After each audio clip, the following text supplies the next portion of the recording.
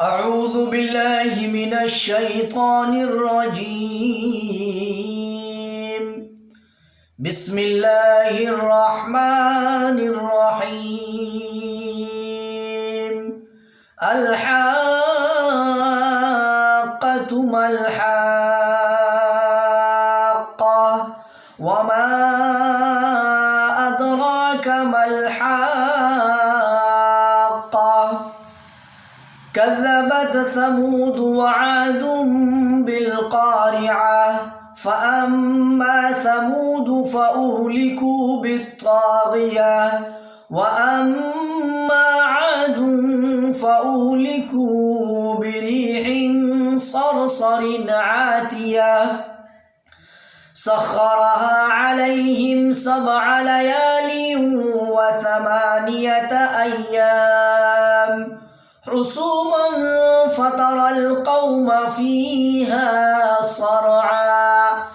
كأنهم أعجاز نخل خاوية فهل ترى لهم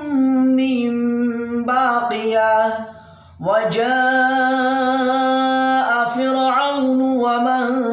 قبله والمؤتفكات بالخاطئة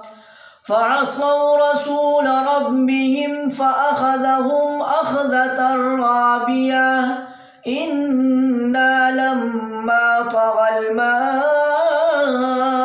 حملناكم في الجارية لنجعلها لكم تذكرة وتعيها أذن واعية فإذا نفخ في الصور نفخة واحدة وحملت الأرض والجبال فدكتا دكة واحدة فيومئذ وقعت الواقعة وانشقت السماء فهي يومئذ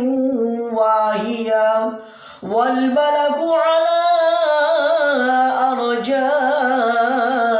أرجائها ويحمل عرش ربك فوقهم يومئذ 8 يومئذ تعرضون لا تخفى منكم خافية فأما من أوتي كتابه بيمينه فيقول هاؤم اقرءوا كتابيه إني ظننت أني ملاق حسابيه فهو في عيشة راضية في جنة عالية قطوفها دانية كلوا واشربوا هنيئا بما أسلفتم في الأيام الخالية وأما من أوتي كتابه بشماله فيقول يا ليتني لم أوت كتابيه ولم أدر ما حسابيه يا ليتها كانت القاضية ما أغنى عني ماليه هلك عني سلطانيه خذوه فغلوه ثم الجحيم صلوه ثم في سلسلة ذرعها 70 ذراعا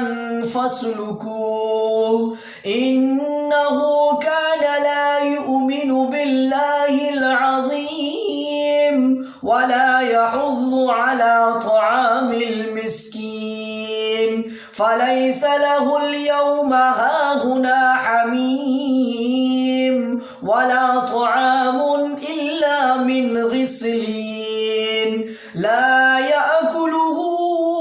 إلا الخاطئون فلا أقسم بما تبصرون وما لا تبصرون إنه لقول قول رسول كريم وما هو بقول شاعر قليلا ما تؤمنون ولا بقول كاهن قليلا ما تذكرون تنزيل من رب العالمين ولو تقول علينا بعض الأقاويل لأخذنا منه باليمين ثم لقطعنا منه الوتين فما منكم من أحد عنه حاجزين إنه لتذكرة للمتقين وإنا لنعلم أن منكم مكذبين وإنه لحسرة على الكافرين وإنه لحق اليقين